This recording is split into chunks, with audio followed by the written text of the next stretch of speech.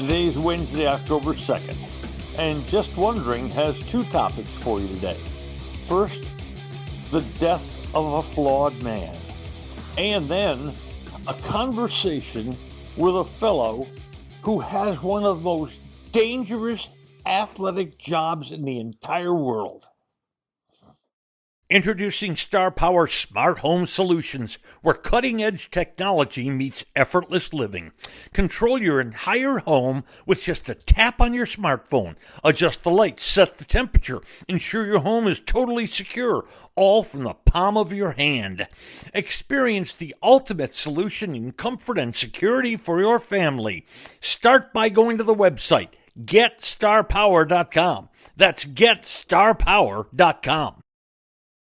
In 1993, Bob opened the original Bob's Steak and Chop House on Lemon Avenue. 32 years later, the original Bob still greets you at the original Bob's. And now his sparkling new Bob's at Craig Ranch has opened in McKinney. Same fantastic beef and fresh seafood at these two Bob's, each run by the Bob's Steak and Chop House. Pete Rose was like all of us. He had some wonderful characteristics and some that weren't wonderful. But Pete Rose, unlike the rest of us, saw his life unfold under the brightest possible lights on the biggest stage in the athletic world. Pete Rose's career spanned 24 seasons, most of them 19, with Cincinnati. He didn't have big power, which everybody lusts for these days in baseball. And he didn't have that kind of blinding speed to steal bases. What he was, perhaps, was the best player ever in the history of baseball of putting the barrel of the bat on the ball. He is the all-time hits leader in baseball. And my belief, that record will never be erased, because who's going to play 20-some years these days and hit like Pete Rose? He is the all-time leader in games played and at bats. He had 17 All-Star appearances on his record. He was Rookie of the Year. He was MVP. He was World Series MVP. He was Sports Illustrated Sportsman of the Year. And he had focus. He had focus. I was fortunate enough to interview Pete Rose 4, 5 times, not as a player, but as a manager, and then after his career, mostly about the controversy after his career, which we'll get to.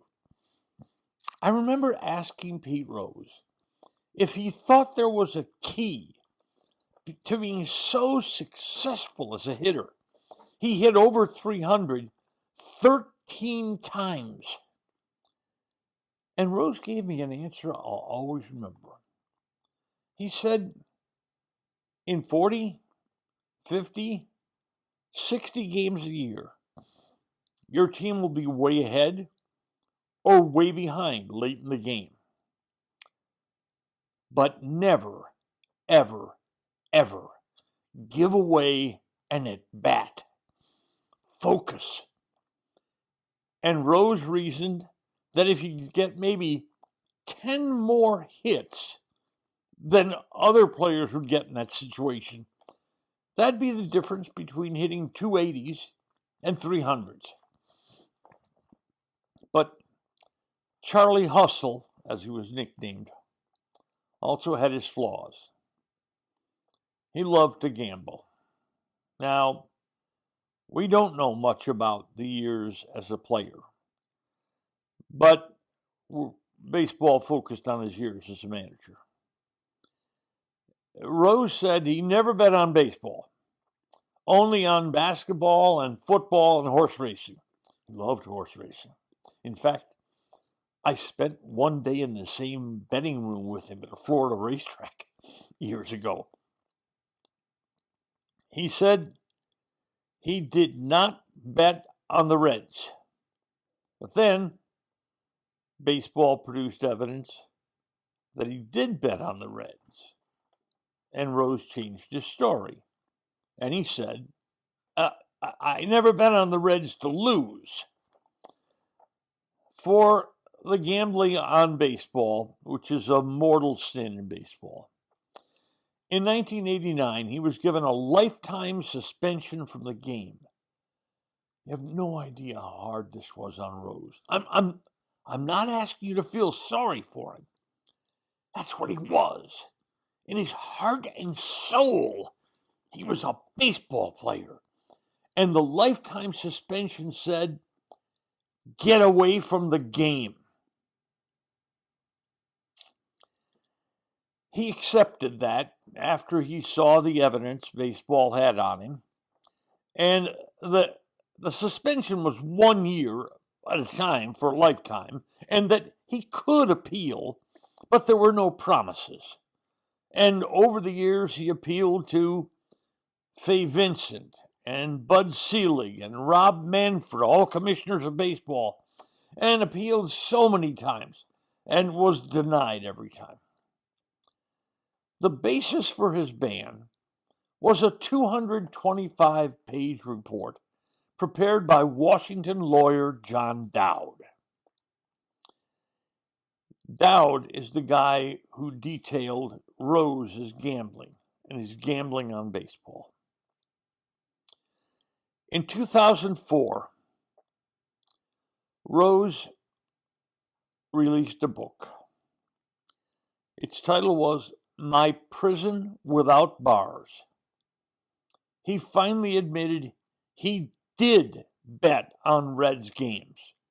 But again, only Reds games to win. He hoped that this admission, this coming forward, would move the commissioner, the present one, the next one, the one after that, to lift his lifetime ban because he wanted to go in the Hall of Fame. He belongs in the Hall of Fame as a player. Don't get me wrong. His talent, without question, should put him in the Hall of Fame. But wagering on baseball is bad business. Dowd, for his part, said that he disputed Rose's contention that he simply bet on the Reds every day to win. Dowd said he did not bet every day, and he did not bet every day to win.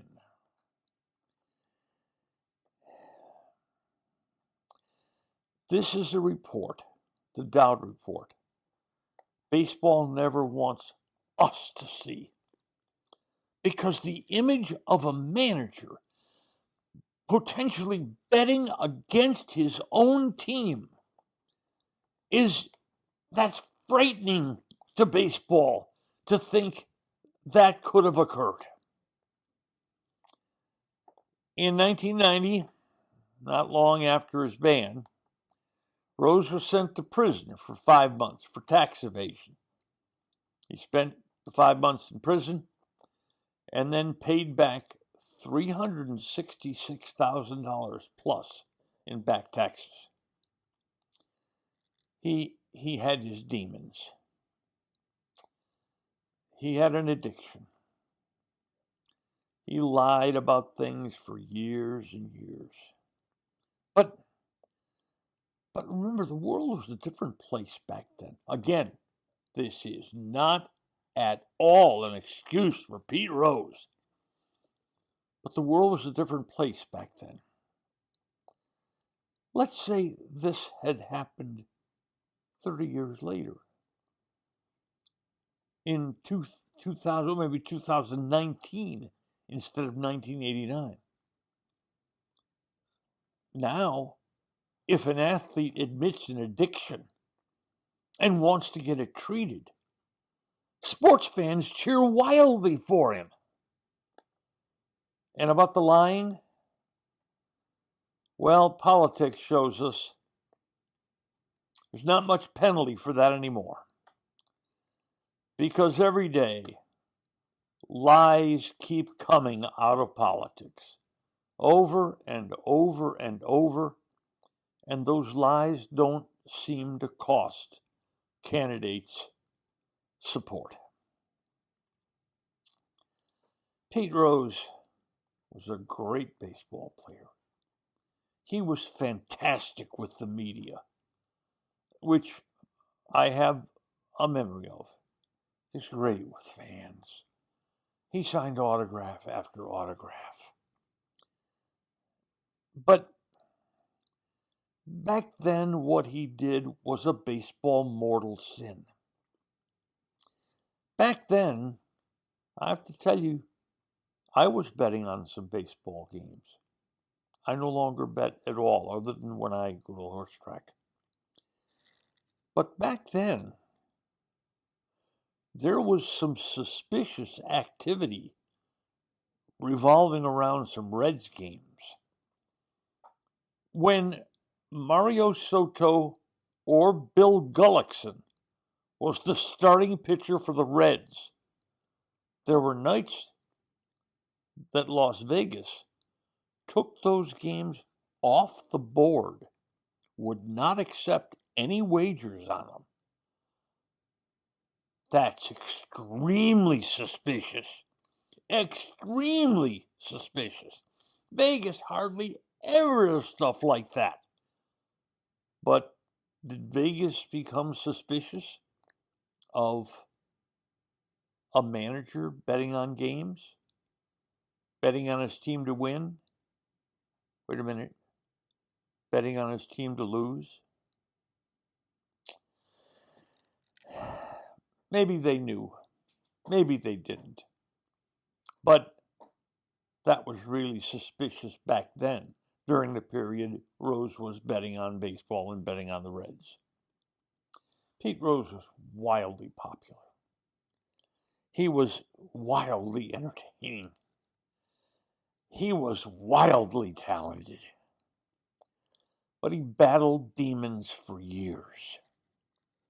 He should have been a walk-in Hall of Famer, something he lusted for the entire remainder of his life before he died Monday in his home. No cause of death listed, but probably natural causes. He was in a wheelchair late in his life. He died without ever getting into the Hall of Fame. And thus he died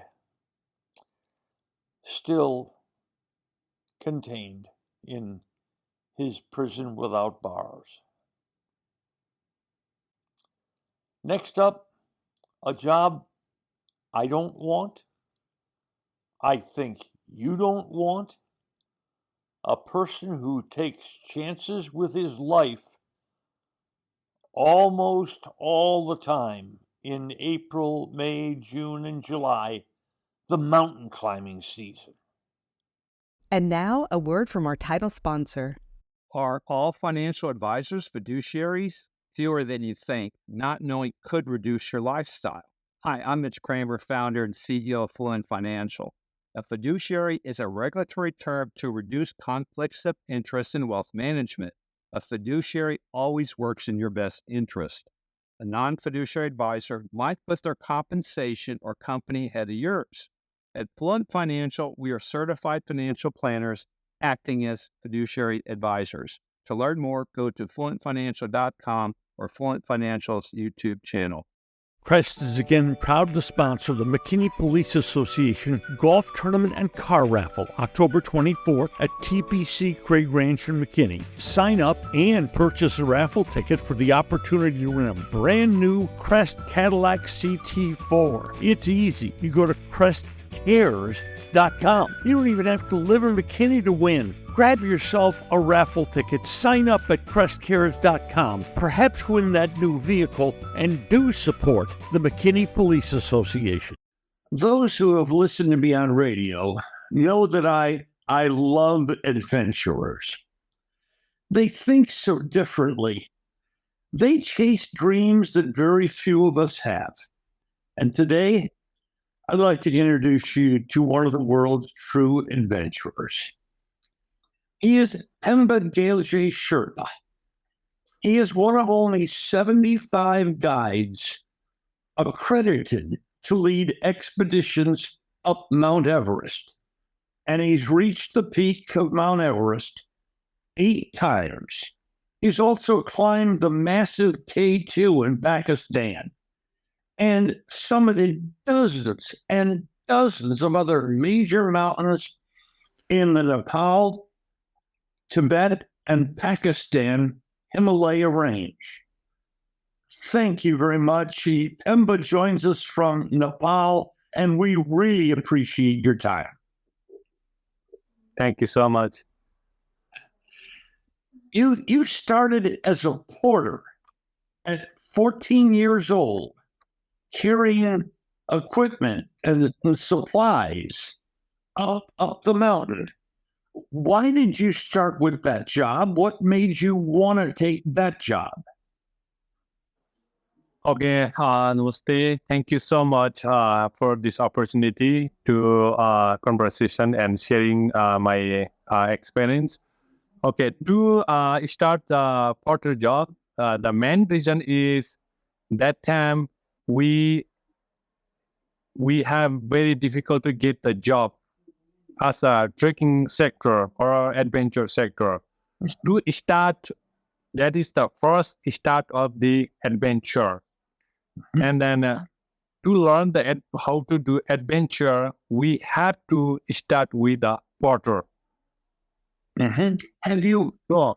So that's why we don't have any background. We don't have any background other activities who have already experience about that. We don't have this kind of background. That's why I have to start with the porter. So you hadn't had any background at all. You just started that job? Yes, I just started with the porter as a porter. After 2 years carrying a porter load, I got another job that is we call the assistant Sherpa, which is less carrying load. How long were you an assistant Sherpa before you became a Sherpa? Assistant Sherpa, I did 1 year, and after that, I went to leading another mountain with the clients. So that means 2 years porter and 1 year as a supporter Sherpa, and after that, I am capable to lead other group myself. Have you always wanted to be a climber? Yes. When I carrying the porter heavy load on the base camp, let's say we started from Lukla. It is 2,850 meter where the gateway of the Everest. And then after that, we had to trek around 12 days, and we will get on the Everest base camp. It's called, let's say, 5,300 meters. And then most of my clients are saying that you have to climb, you are very strong. And also, during the trekking to the base camp, I saw and I can see a lot of mountain and a lot of people are climbing. And then I am totally like emotional, and then totally I feel like I have to train and I have to be a professional guide. And then after that, I came to Kathmandu and I started to do the mountaineering course, and I became the guide. You've been to the top of Everest 8 times. You've been to the top of K2 and so many other amazing peaks. Can you give us a feeling what it's like when you reached the top? Okay. So most of the people, most of the clients are asking about this is like first questions. Like getting on the top is totally different. When you're climbing, let's say example, Mount Everest, I got it on Mount Everest 12 times. And then at 8th time, I'm able to stand on the top of the world with my clients. And then the most important thing is our job is to guide another second person how we can make a successful and safely bringing on the top and safely bring down to the base camp and send back to the home. This is our first priority instead of our feeling. And then what I see is we are the Sherpa who born in the Himalaya since a long years. And we know our feelings that getting on the top is always different world because you will see all the mountain or whatever, others 8,000 meter, others 7,000 meter, others 6,000 meter mountain. You will see all are down. Your eye will be always, you have to look down, not up, because up is just only sky. So the most important and most, the crying moment, like emotional will comes when the sun is rising. When sun is rising, that time, you will feel like that is one of the most important things that you achieve in your life, because you will see the sun also, not up. Sun, you will see the down, from down Tibet side. Even the sun is, you can see down, that means how you feel. You can imagine that. After that, you will never see any house, any plant, any, let's say negative, like any other people, just only the world. And then just only mountain. And mountain also, you can see the base, you can see only peak on the top of the mountain, only top. And there are thousands of mountains in the Himalayan range. And as much for your eye can, observe, that's totally incredible. It's all different. And then at the moment we are happy is getting summit and also coming down to base camp safely with the clients and sending back to the clients their home is one of the most important things. And we are super happy if we can send back our clients their home. The climbing season for Everest is basically April and May. So what are you doing now? Okay, this is very important question. Thank you. Now, it's most of the important things is managing logistic, because now I'm here in Kathmandu in the city, which is we can buy the chain, which is we can design the logistic, the chain, designing. And now is the time to communicate with the clients and making plan. There are so many systems we can manage now. It's time to manage the oxygen. How many bottles of oxygen do we need, and how we can transport our equipment to the Mount Everest base camp. And this all the logistic management we are making now. Do you think of your job as dangerous? Our job is, if you don't know about any mountain, if you don't know about the adventure, our job is one of the most dangerous because sometimes we are challenging with the nature, and with the nature, we never win. Have you ever had moments where during a climb where you thought you might be in trouble? There are a lot of this kind of situation I had to face, like during the K2 one time on 2019. There was many other group on the base camp, and most of the team were heading to the summit. We were in the camp 3, and we are moving next day Camp 4, and most of the team are moving. When we are moving to Camp 4, they are moving to Summit Push, and then when we are moving to Camp 4, they already headed to Summit Push and watch a lot of windy and a lot of soft snow under the bottleneck, which is very dangerous on the traverse section. And then they try to open the road, fix the fixed line rope.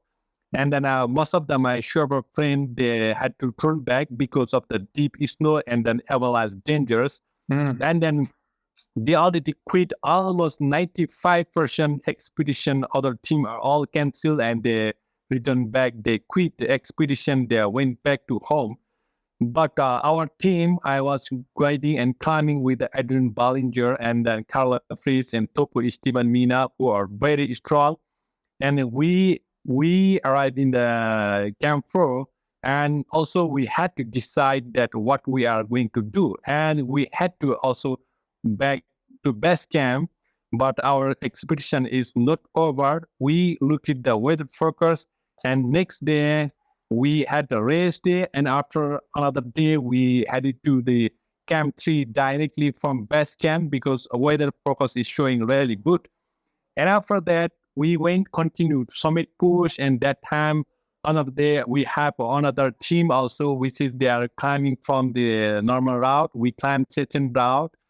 And then during the bottleneck troubles, Summit Day bottleneck troubles, there was, small, like on the troubles, there is only one ice scoop protection was a very, very small place. And then most of the people are hanging on that small the piton, ice screw. And I was thinking that if I say to everybody that we are going to die because everybody is going to hanging that one piece of piton, and then almost 30 people is hanging, and then if I said, and if people are disconnecting their safety, they are out of rope, and that's more dangerous. And if I don't say it, and I'm also hanging that, and then that on that protection, and then most of the people are hanging.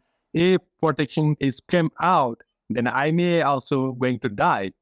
And then I feel this harsh situation, and I had to tell them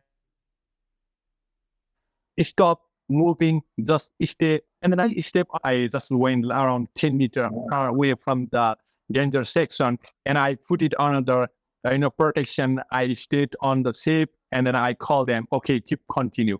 So this was my most scary thing. Are there many women Sherpas? You mean women Sherpa climbing? Yes, female Sherpa guides. Are there? Yeah, there. Your question is very nice because in Nepal, actually there are only one certified woman mountain guide, but only one, let's say, capable when trained female. But there are another few women who climb a lot of mountain. Okay. In the villages in Nepal where you were raised, the job of being a Sherpa, of making it to being a Sherpa, is very prestigious, isn't it? Being Sherpa is one more important thing is most of the Sherpa, most of the other countries people doesn't know about the Sherpa, who is Sherpa, who is not Sherpa. Few about this I will talk to you a little bit. Few weeks before I traveled to the Europe country, I visited 5 countries, and then they are always talking about the Sherpa, and Sherpa means who is carrying the heavy load on the mountain. But actually, Sherpa is their ethnic group who came from the Tibet and who settled on the Himalaya. They have their ethnic group. And then actually, on the mountain now, the popular topics and popular, the language is Sherpa means that climber, and climber means who carrying a lot of heavy load and then climbs load to deposit on the mountain. One thing, this is also true, but as being Sherpa, definitely our job is cold, cold temperature. We have to take care all the temp clients, and sometimes with the clients we have big trouble. And when you see a group of clients that you're going to take up the mountain, can you tell fairly quickly what group might make it and what group might not make it? So you mean, can you repeat your questions one more? Yes. When you see your group of clients in person and are with them for a few days, do you get a feeling which group may make it and which group may not make it to the summit? Yes, definitely. This is all the activities before getting on the summit or before we are taking on the mountain. We always used to take a lot of tests in the base camp before stepping on the ice. We call the Kumbo ice fall. Is one of the most dangerous, the section area. Most of the people are, the collapse on the ice, or we have to cross the ladder and many things. So before stepping Kumbo ice fall, we always used to take a lot of tests, and we will definitely know who we can make and if we cannot do this. So if they are not capable, we will train them more than weeks in the base camp on the ice about the technical skills, and then for the altitude acclimatized, we will take another mountain area where is the safest place, and then if they are able to go, or if they are doing really great, then we will take them on the mountain for the summit.